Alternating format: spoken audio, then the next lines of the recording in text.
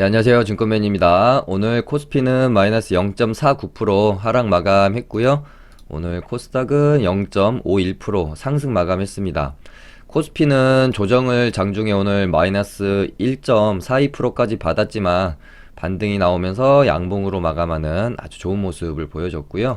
저번 주 시황 설명 드리는 내내 말씀드린 부분처럼 지금 단기간에 바닥권에서 많이 그렇다 이렇다 할 조정이 없이 올라왔기 때문에 다시 가기 위해서는 조정은 불가피하고요. 건강한 조정은 오히려 더 필요한 부분이라고 볼 수 있습니다.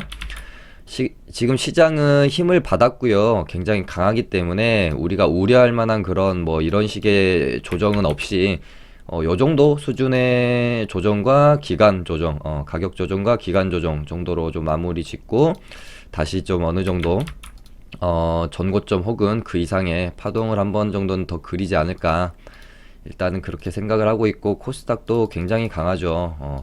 여기서 여기까지 거의 쉬지 않고 올라왔는데도 불구하고 단 하루 정도 쉬고 다시 상승 흐름을 만들어내는 모습이고요.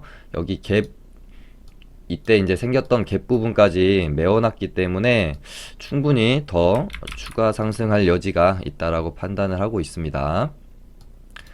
다만 최근에 제가 시향을 가지고 말씀드리는 부분은 아주 오랫동안 지속되던 2년간의 약세 국면을 이제 상방으로 돌리려는 추세 초입에 들어왔었기 때문에 웬만한 악재는 좀 딛고 일어설 수 있는 시장의 어떤 기반이 저는 마련되었다고 판단이 되어서 최근에 미국이란 리스크 때도 그렇고 폐렴 리스크 때도 그랬고, 시장은 단기 조정으로 좀 영향을 끝내고 다시 좀 반등을 이어갈 가능성이 높다라고 말씀드렸던 부분인데, 조금 다른 거는 미국이란 리스크 때는 사실 우리 글로벌 경제나 우리 한국에 경제적으로 크게 타격이 입을 만한 실질적으로 그런 부분이 없잖아요. 근데 폐렴 같은 경우는 실질적으로 세계 경제의 성장률을 떨어뜨리는 부분이고, 중국도 마찬가지고요. 중국 성장률이 떨어지면 우리 한국도 당연히 피해를 받을 수가 있는 부분이기 때문에 어느 정도 파동이 좀 나온 다음에 그 다음에 또 지금 여기서 이제 단기적으로 선반영이 폐렴 때문에 실질적으로 우리나라가 겪게 되는 어떤 피해보다 사실은 좀 덜 받았다는 생각도 좀 가지고 있습니다. 그리고 중국도 마찬가지로 가장 피해를 많이 보는 게 중국이고, 지금 경제 성장률 0% 이야기까지 나오고 있는데 생각보다 조정을 또 많이 안 받았죠. 좀 인위적으로 돈을 풀어서 좀 지수를 받는 경향도 있기 때문에 무조건적으로 폐렴 지났으니까 계속해서 상승할 거다라는 생각보다는 이번에 어느 정도 파동이 좀 나오고 나면 그 다음부터는 또 생각해 봐야 될 부분이 있을 것 같아요. 그 부분은 저도 시장의 모습을 보면서 좀 판단이 되어야 될 것 같습니다. 그러니까 우리가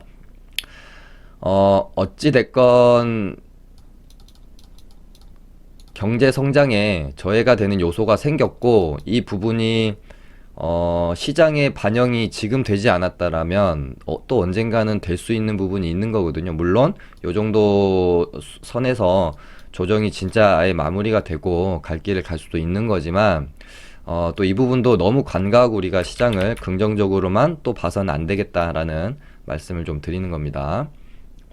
하지만 당분간은 일단은 여기 한 폐렴 때문에 조정을 받기 전 가격대인 코스닥은 690포인트 요 정도까지는 일단 조금 마음 놓고 봐도 되지 않겠느냐라는 생각을 갖고 있습니다. 코스피도 마찬가지로 2270포인트 정도, 요 정도까지요.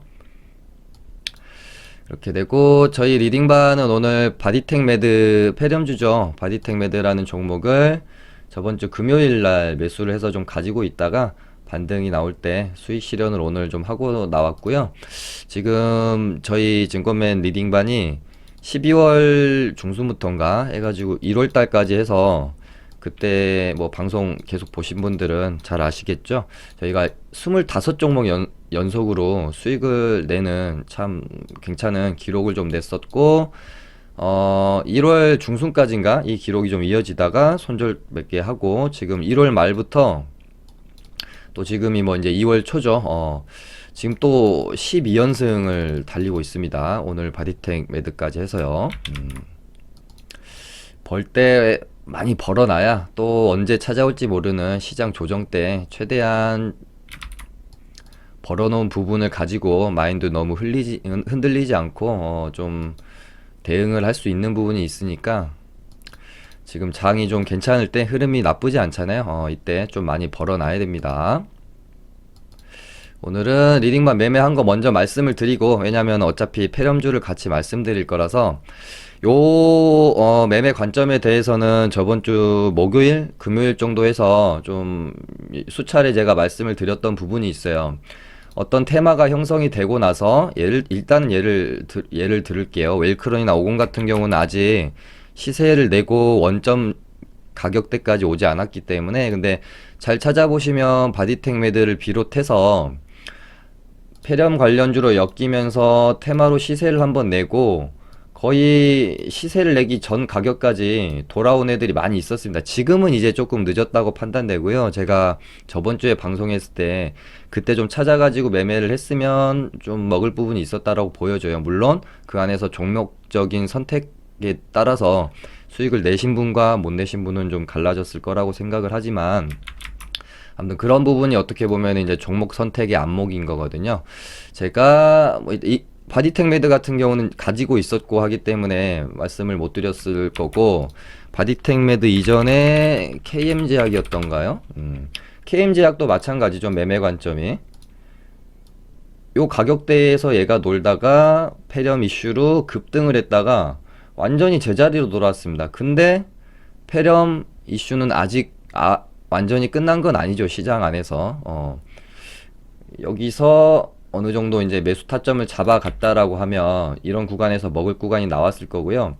사실 여기서 만약에 매수가 들어갔다라면 이런 반등보다는 아직 그 기술적 반등이 나오지 않았다고 판단하고 요 정도 반등은 먹어줘야 이 매매 관점에서의 좀 맞는 큰 반등이 좀 나왔다고 볼 수가 있을 것 같고요. 뭐 찾아보면 이런 종목들이 좀 많이 있을 거예요. 저희도 바디텍 매드를 그런 관점에서 금요일 날, 그러니까 얘가 원점까지 거의 원점까지 돌아와서 하방 경직을 만들어내고 이런 구간에서 물론 어느 정도의 슈팅은 있었는데, 얘가 가진 종목의 끼에 비해 아직은 좀 반등이 덜 나왔다라고 저는 판단이 들었어요. 그래서 이런 식으로 한번 갈 수 있다. 그렇게 매매 관점을 가지고 금요일 날 매수가 들어가서 오늘 반등이 좀 나왔는데, 여기 이제 계속해서 맞고 떨어졌던 이 가격대를 뚫지 못하더라고요. 그래서 익절 매도 사인을 드리고 나왔습니다. 여기서 매수해서 이렇게 반반. 뭐 이게 얼마 안 되는 것 같은데 호가 단위가 커서 뭐 6.5%, 3.5%, 한 4, 5% 정도는 그래도 수익을 내고 나왔죠.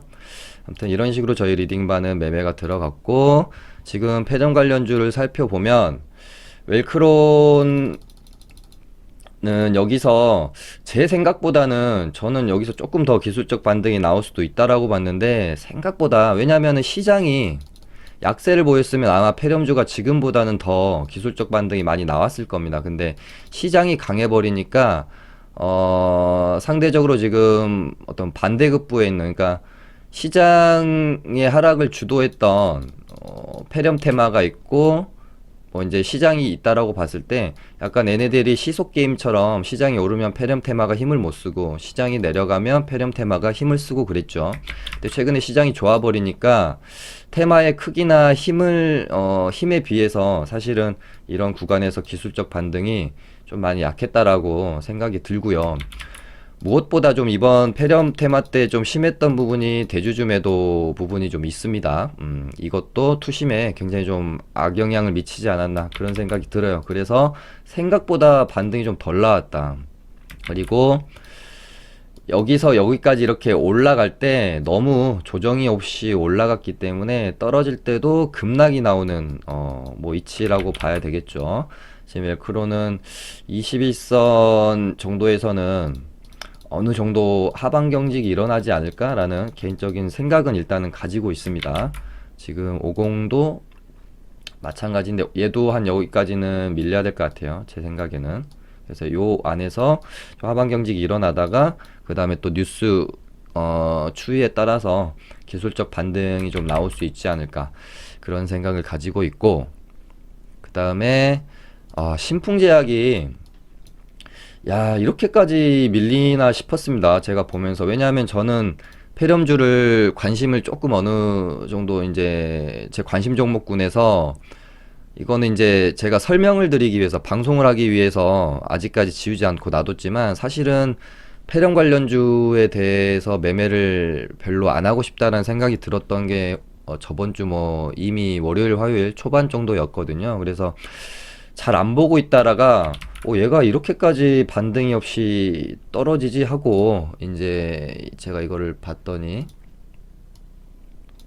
이 부분도 하나 팁으로 알아주시면 좋을 것 같아요. 보통은 저도 매매를 하다가 이제 장중에, 이거는 이제 장이 완전히 끝나고 나서 나오는 거지만, 이제 잠정치를 이런 식으로 보게 되면 뭐 10시 반, 10시, 11시 반, 1시 20분, 2시 반 이렇게 집계가 돼서 나오잖아요. 그때 여기를 보시고, 여기 기타 법인을 보시고 기타 법인에서 매도가 계속 잡히는 모습이 나오고, 거기다가 여기 뭐 이제 거래원 있죠. 이제 방송용이라 지금 없어졌는데 거래원 있잖아요. 창구 거래원 분석, 거기를 보면은 기타 법인의 대량 매도가 잡히는데 창구 거래원에서 한 증권사에서 매도가 계속 잡힌다. 그러면은 뭐 이제 대주주 및 어떤 그 주요 지분의 매도를 좀 염두해 봐야 됩니다. 그래서 저도 매매를 하다가, 그런 기타 법인이나 사모펀드도 마찬가지고요. 대주주는 아니지만 뭐 지분 매도일 수 있기 때문에 요런 게 좀 캐치가 되면 매매를 좀 안 하신다거나, 굉장히 매수 타점을 더 밑에 구간에서 보수적으로 보면서 매매를 하시는 전략을 좀 두시면 좋을 것 같아요. 지금 신풍제약도 제 생각에는 이날부터 이날까지도 이날은 사모펀드가 137만 주가량을 던지면서 하락이 좀 유도된 거고요. 지금 투시민도 안 좋고 시장도 좋고 그러다 보니까 제가 생각했던 구간에서도 지금 반등이 안 나오는 모습이네요. 저번 주 금요일 방송에서 제가 요 정도 타점에서는 반등이 기술적 반등이라도 한번 나오지 않겠느냐라고 말씀을 드렸던 건데, 와 이렇게까지, 그래도 나름대로 최근에 폐렴 대장주였는데 야 이건 좀 심하다는 생각도 듭니다.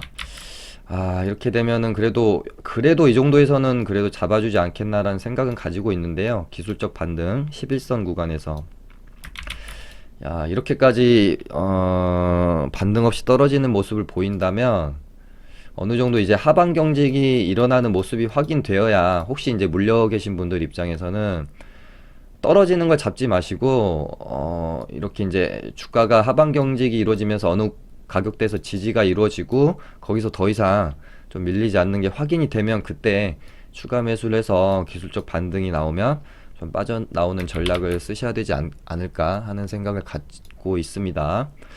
야 이렇게까지 밀릴 줄은 진짜 몰랐습니다. 좀 뭐 비이성적인 하락이라고도 볼 수 있을 만큼, 거래도 얘가 뭐 2200억에 5000억 가까이 실렸던 앤데, 이건 좀 너무하다는 생각도 드네요. 신풍제약처럼 반등 없이 이렇게 또 밀렸던 애가 모나리자가 있었고,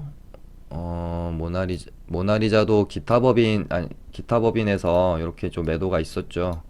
얘가 1월 31일, 2월 3일, 뭐 2월 4일 이렇게 되죠.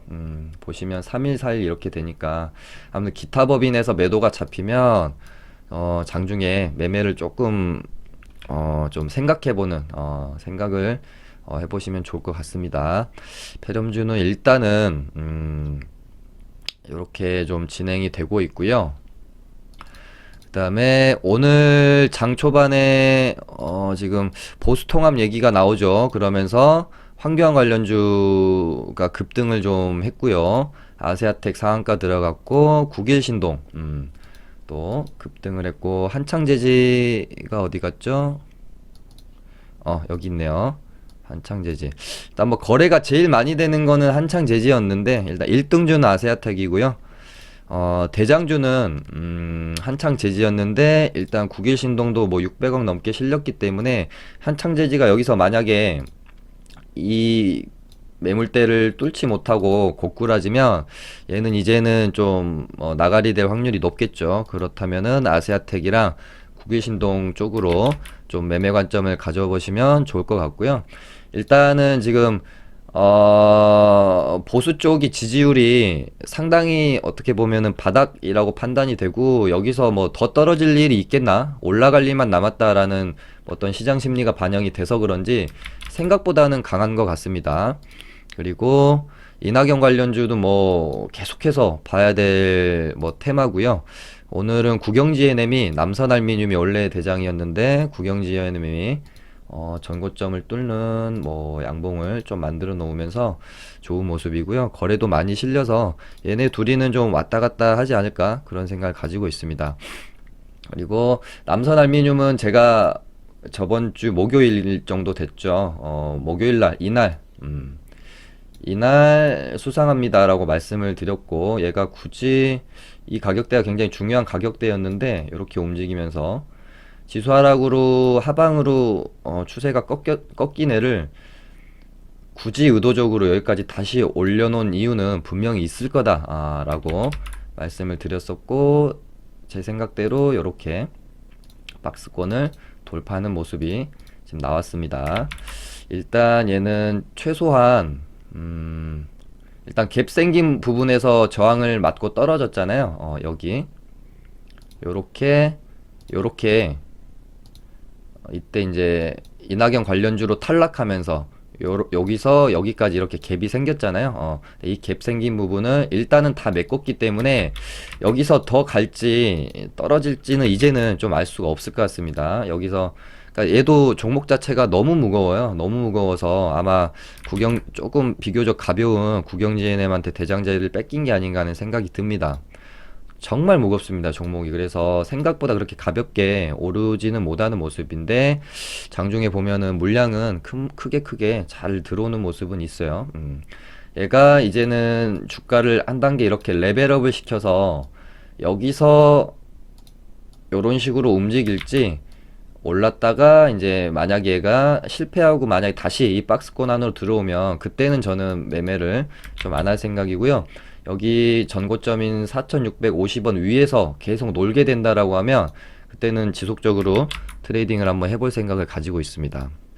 그리고 국영지에넴도 이렇게 전고점을 일단 넘겨놨고, 뭐 요정도 구간에서 일단은 봉을 만들어 놓고 종가도 마무리가 됐기 때문에 나쁘지 않은 모습이라고 보고 있습니다. 이낙연 관련주는 이렇게 두 종목 보시면 될 것 같고, 환경 관련주는 한창제지가 요거 뚫는지 못 뚫는지 보면서 얘는 여기 못 뚫어내면 탈락입니다. 다른 종목들 가지고 매매를 하시면 될 것 같고요. 그 다음에 이낙연 관련주 중에 계속 버티는 애가 하나 있어요. 서원. 얘도 저번 주에 제가 말씀을 드렸는데 얘가 여기서 이렇게 계속해서 버티는 이유를 모르겠습니다. 가려면은 뭐 오늘이나 저번 주 금요일 장에 충분히 뚫고 가려면은 갈 수 있는 자리라고 보여지는데, 갈 때 못 가면은 팔아야 한다라는 과학이 먹힐런지, 아니면은 나 더 물량 소화하고 다 지치게 하고 그 다음에 갈 거야, 뭐 이런 전략을 갖고 있는 건지 잘 모르겠어요. 아무튼 이렇게만 보면은 진짜 무조건 홀딩 해야 되는 차트의 모습인데, 재료도 좋고. 근데 이렇게 길게 놓고 보면 또 조금 부담스러운 자리죠. 이렇게 파동이 한 3파동이 이미 나온 자리에서 추세가 여기서 이제 만약에 못 가고 추세가 꺾이면 얘는 이런 식으로 수직낙하는 음봉이 떨어질 가능성도 있기 때문에 뭐 대응이 좀 잘 되시는 분들만 접근을 하시는 게 좋을 것 같다는 생각을 갖고 있고요.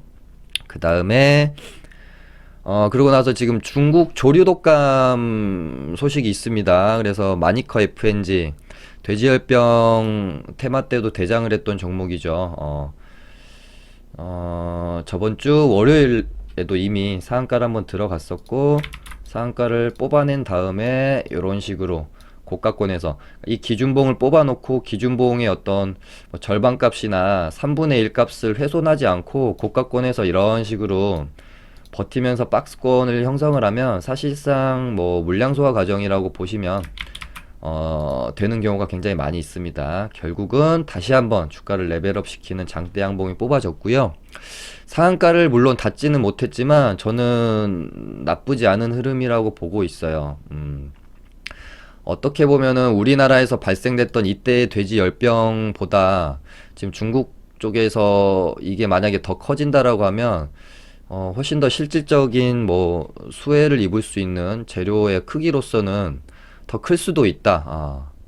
그러니까 뭐 어찌됐건 그 명분은 결국에는 돼지를 안 먹게 되면 뭐 이제 닭고기를 많이 소비가 될 테니까 명분적인 측면에서도 그렇고 뭐 저저번 주 제가 계속해서 최근 장의 테마의 트렌드를 말씀드리는 것처럼 진짜 실질적으로 매출로 이어질 수 있는 수혜를 받을 수 있는 종목들이 대장을 하는 경우가 많다. 그래서 뭐 닭고기랑 좀 상한가는 신라이스지가 들어갔죠. 여기 해놓고 상한가는 신라이스지가 들어갔고 거래는 근데 마니카 FNG가 좀 많이 실리는 편이죠. 그러니까 1등주는 신라이스지, 대장주는 마니카 FNG. 저는 이렇게 좀 결론을 내리고 있고요. 얘는 좀 거래 대금이 좀 너무 적어서 이때도 상한가 들어갈 때 90억 정도밖에 안 터져가지고 그렇게 관심을 두고 보지는 않았었습니다. 이거 그리고 아까 제가 장 끝나고 보니까 그리스 쪽에서 뭐 저기 뭐 돼지열병 뉴스를 제가 잠깐 봤어요. 방송을 켜기 전에. 뭐 그 부분 뭐 어떻게 뭐 작용을 할지 또 한번 봐봐야 될 것 같고요. 그다음에 하나 빠뜨렸습니다. 그 이낙연 관련주 중에 리노스라고 있는데 저는 얘가 원래 철도 관련주였거든요. 그래서 지금 뭐 푸틴이 5월에 뭐 방한한다는 뉴스가 하나 있었고요. 문재인 대통령이 9월달 러시아 동방경제 포럼에 뭐 참석한다라는 이야기가 있으면서 러시아랑 좌우지간 얘기가 나오면 가스관 관련주들이 움직이죠. 그래서 저는 가스관 철도 이쪽이 움직이잖아요. 그래서 리노스가 철도 관련주여가지고 대동스틸이랑 다 같이 움직였어요. 화성밸브랑. 그래서 이 재료로 가는 줄 알았는데 찾아보니까 지금 이낙연 1호 공약으로 신분당선 연장 얘기가 나왔습니다. 근데 이 리노스라는 기업이 그 예전에 신분당선 열차 무선 시스템 사업을 수행한 적이 있어가지고 아마도 이걸로 갔을 가능성이 좀 더 높게 보여집니다. 일단은 상한가를 갔었는데 풀렸기 때문에 아주 지금 뭐 좋게 보고 있지는 않아서 일단 좀 추이를 지켜봐야 될 것 같아요. 아예 그냥 상한가를 들어갔으면 매매 대상으로 삼아봤을 것 같은데 갔다 일단은 풀렸고 지금 그렇기 때문에 조금 더 지켜봐야 될 것 같아요. 이 종목은. 그리고 뭐 대동스틸도 급등이 나왔고 뭐 화성밸브도 뭐 급등이 나왔고요. 가스관이랑 철도 관련주들도 뭐 당장 매매하기는 좀 그렇습니다. 조금 더 지켜봐야 될 것 같고요.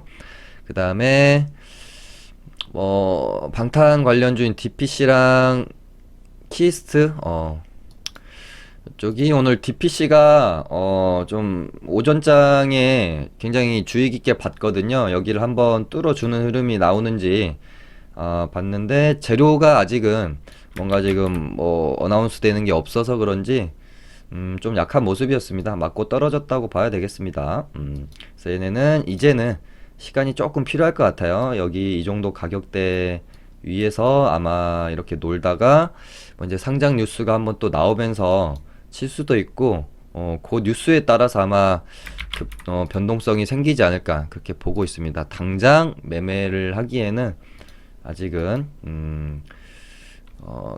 지금 뭐 저도 조금 조사를 해봐야 알겠지만 일단은 지금 그 NH 한투, JP 모건 하나가 기억이 또 안 나네요. 아무튼 4개 증권사에서 지금 빅히트 IPO에 뭐 이제 입찰 제안서를 냈고, 여기서 이제 네 개 증권사 중에 하나가 뭐 선정됐다라고, 뭐 주관사 선정이 됐다라고 뉴스가 나오면 아마 그때 또 움직이지 않을까 생각을 하고 있습니다.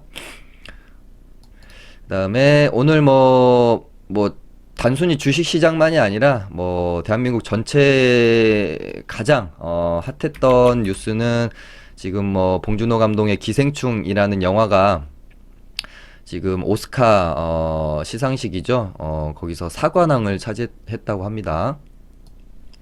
지금 감독상이랑 작품상, 그러니까 사관왕 한 거 제외하고 이 안에서 이제 작품상이랑 감독상을 둘 다 수상한 거는 지금 역대 두 번째라고 아까 제가 뉴스를 본 것 같은데 맞는지는 모르겠습니다. 저도 좀 이렇게 자세히는 보지 못해서. 하지만 아무튼 굉장히 대단한 뉴스고 한국인으로서 되게 기분 좋은 뉴스더라고요. 그래서 관련주인 지금 바른손이랑 바른손은 상한가를 들어갔고요. 안착을 했고 바른손 ENA가 장중에 좀 급등락을 보였죠. 1등주는 바른손이고 뭔가 거래도 많이 실리고 하는 뭐 대장주는 바른손 ENA 정도로 생각을 하면 될 것 같습니다. 이제 뭐 재료가 얼마나 또 뭐 이어질지는 잘은 모르겠어요. 근데 지속성 면에서는 아주 뭐 몇 주일 뭐 이런 식으로 재료 자체가 지속적으로 가기에는 좀 무리가 있지 않나 하는 생각은 좀 가지고 있습니다. 그래서 매매를 한다라면은 오늘 혹은 뭐 한 앞으로 하루 이틀 정도 안에 좀 매매를 끝내는 게 좋지 않겠나 그렇게 생각을 하고 있고요. 네, 오늘은 뭐 이 정도 있었고 지금 뭐 네이처셀이 그 라정찬 대표인가요? 그 1심 주가 조작 혐의로 뭐 재판을 받고 있었는데 1심에서 이거 무죄 나올 거라고 예상했던 사람이 얼마나 있을까 사실 싶어요. 근데 아무튼 무죄가 나오면서 얘를 캐치 못하고 상따를 못한 게 제가 너무 아쉽네요. 금요일 방송에서도 말씀드렸었지만 저는 사실 오늘 점상도 가능하다고 봤어요. 근데 아무튼 상한가 출발은 했었죠. 물론 풀렸지만. 근데 저도 얘는 일단은 1심에서 무죄를 받았기 때문에 완전히 이제 뭐 2심 뭐에서도 무죄를 받는다라면 그때는 진짜 그 재판을 하기 전 가격대까지 회복하는 것도 무리 없이 이제 어떤 생각해 볼 수가 있는 부분이라서 저는 굉장히 굉장한 호재다라고 판단이 되어져요. 그래서 생각보다 그렇게 뭐 심하게 지금 2연상을 갔지만 거의 2연상을 갔지만 아주 그렇게 뭐 급락이 나오지는 않을 것 같다라는 일단은 시나리오를 가지고 있고요. 혹시라도 뭐 갭을 메꾸는 급락이 나오면 이 안에서 충분히 매매도 가능할 거다라고 좀 생각을 하면서 바라보고 있습니다. 그다음에 알테오젠, 셀리버리 이 정도 해서 조금 수급이 알테오젠이 아니고 셀리버리 정도 해서 수급이 조금 들어오는 모습도 보였고요. 장중에 오늘 보면 셀트리온도 많이 올랐죠. 셀트리온 헬스케어도 많이 올랐고 그렇습니다. 아무튼 장이 지금 좋기 때문에 코스닥 같은 경우도 여기서 여기까지 이렇게 급등이 나왔는데 단 하루 쉬고 다시 이 갭을 메꾸는 상승이 나왔고 여길 만약에 뚫어준다면 요런 식으로 뭐 장대 양봉까지는 아니더라도 아무튼 요 정도 전고점 구간까지도 충분히 더 상승을 기대해 볼 수도 있는 지금 시장의 흐름이 아닌가 그렇게 보고는 있는데요. 저 같은 경우는 여기까지 만약에 지수가 시장이 도달한다면 여기서부터는 조금 더 이제 추이를 지켜볼 것 같습니다. 종목 정리도 좀 많이 하고 포지션도 다시 조금 보수적으로 바꾸려고 일단은 그렇게 생각을 하고 있습니다. 오늘 방송 이렇게 해서 마쳐보도록 하겠습니다. 감사합니다.